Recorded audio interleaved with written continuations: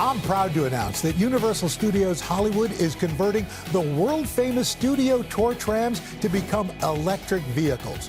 As these trams roll out, guests will be experiencing all the movie-making action propelled by the latest energy-efficient technology. Now, this is just one example of NBC Universal's and Comcast's commitment to becoming carbon neutral by 2035, helping us all take another step toward reducing our carbon footprint. So, welcome aboard for an awesome experience that's also awesome for the environment.